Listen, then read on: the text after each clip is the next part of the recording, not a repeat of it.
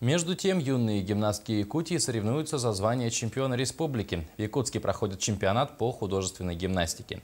Это отборочный этап, по итогам которого лучшие спортсменки попадут в сборную Якутии и представят республику на дальневосточном региональном соревновании, который пройдет во Владивостоке. Участие в чемпионате принимают 50 гимнасток из Мирного, Нерюнгри, Якутска, а также якутские спортсменки, занимающиеся в Нижнем Новгороде.